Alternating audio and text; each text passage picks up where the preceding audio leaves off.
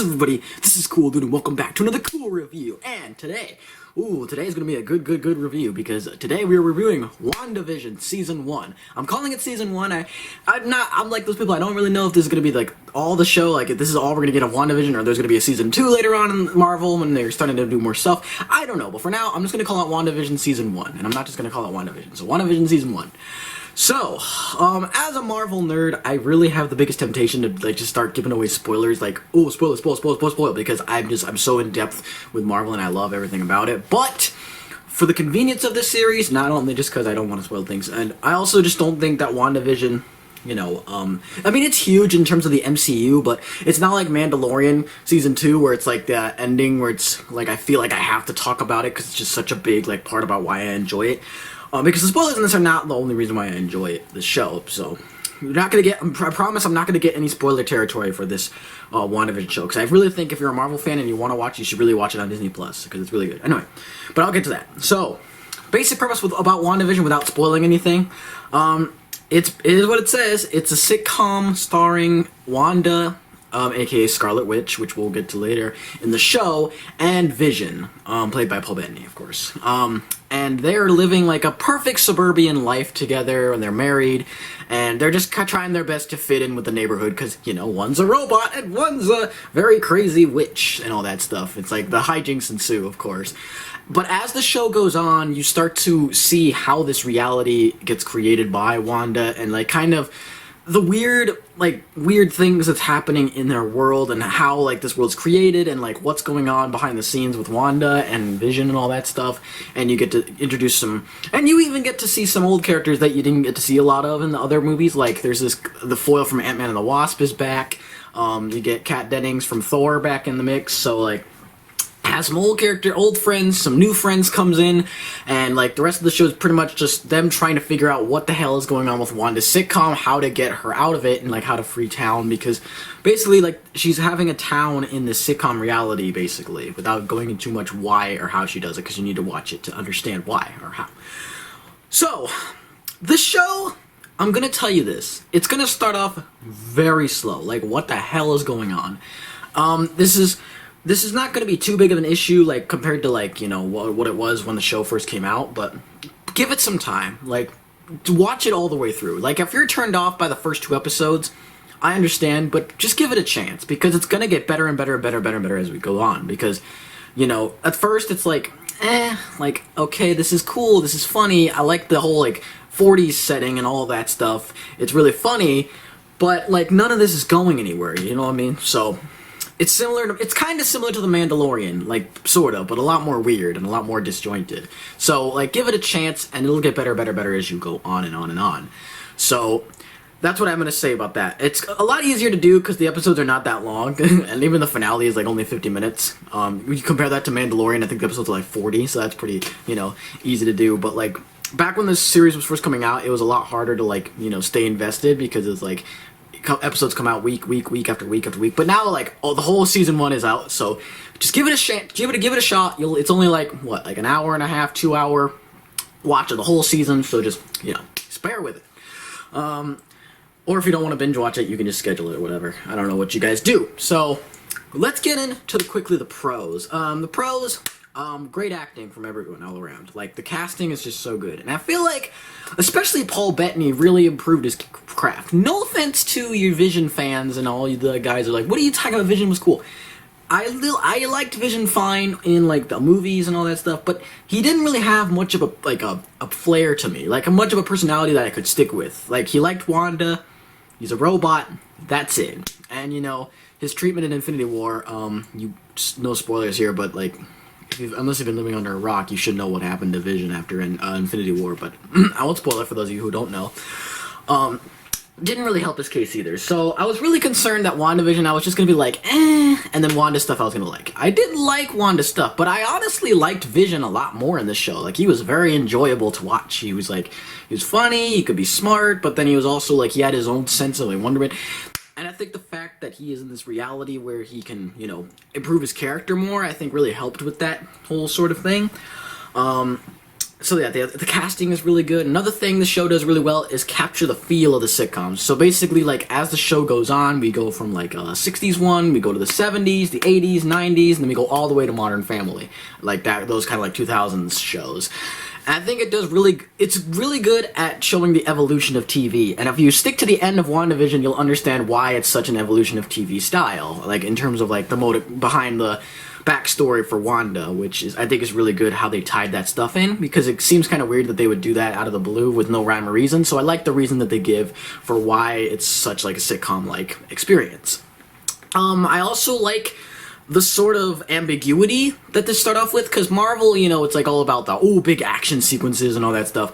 And granted, WandaVision does have that in the final episode, but like for the most part, it's not that action heavy, which I really do appreciate about this show. I like that it doesn't start off like, big action fights, because we just got through Avengers Endgame, which was huge. I love it, and it was awesome, but like it was a lot of action to take in. So I like that for the start of the MCU Phase 4, like it was very mundane. It was very relatively like non-action heavy, but it was still really engaging. So I appreciate how they started the MCU in a very different but cool approach. And I do think the you get a lot more character depth. Like, I think the show is more entirely character driven as opposed to like plot driven. Now, granted, I'm pretty sure that, you know, it's gonna lead to Doctor Strange Multiverse of Madness, which is gonna be awesome to see. It's leading into all these different things, which is cool. I like that a lot, but it definitely, like, I feel like this show is more about exploring the mind of Wanda after the events of Avengers, and like exploring what the hell is going on with her situation right now. So I feel like this show is almost entirely character driven as opposed to plot driven, kind of like Captain America Civil War. Like, yeah, that had stakes, it broke up the Avengers, but it was more about like growing Captain America and Iron Man's character.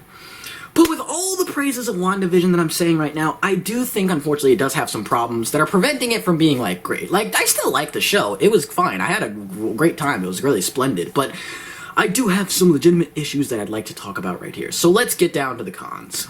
Con number one is, unfortunately, a big one. I'm not gonna spoil what happens in the show with Wanda and what she's doing, but basically, like, she's doing a lot of very not, like, morally right things. Like, it's doing a lot of things that are not very, like, good in terms of, like, heroism. And I just feel like by the end of the show, there's not enough sort of, like, repercussions for her actions, you know?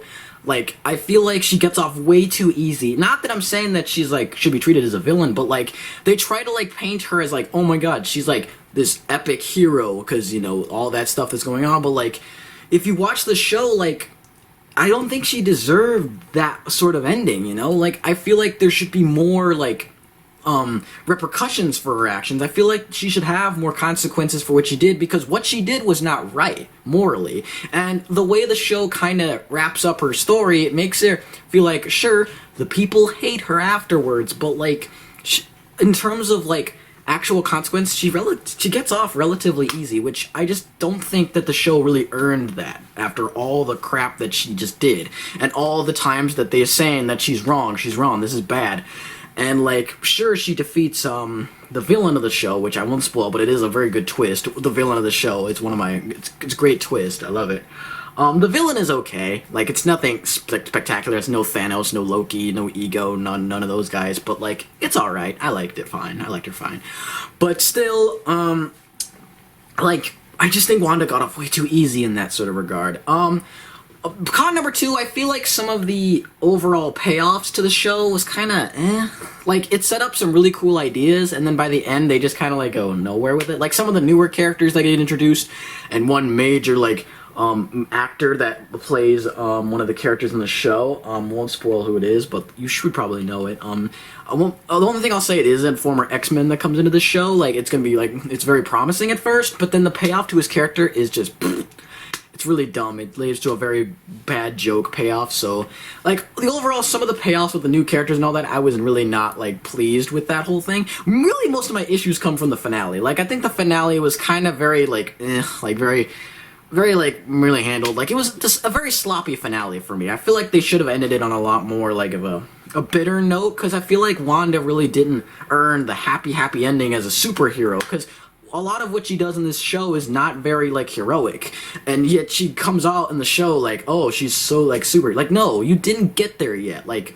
you like, sure, you can have her do everything, you can have her fix everything, but like have some repercussions at least, because what she did was not right. Like, she is in the wrong too. The villain might be bad, but she is also bad. So that's just that biggest issue that I just have with the show. But and also, some of the later episodes for me just don't really work. Like, I like the old school stuff, but then when it gets to, like, the old, you know, the modern stuff, like, with the very, like, awkward pauses and the dialogue and all the weird, like, comedic timing. And granted, I think that mainly, like, I just don't like those kind of shows. Like Modern Family, I just don't like the weird pauses that happens in the dialogue. I don't like that they insist on being awkward to be, like, to get laughs.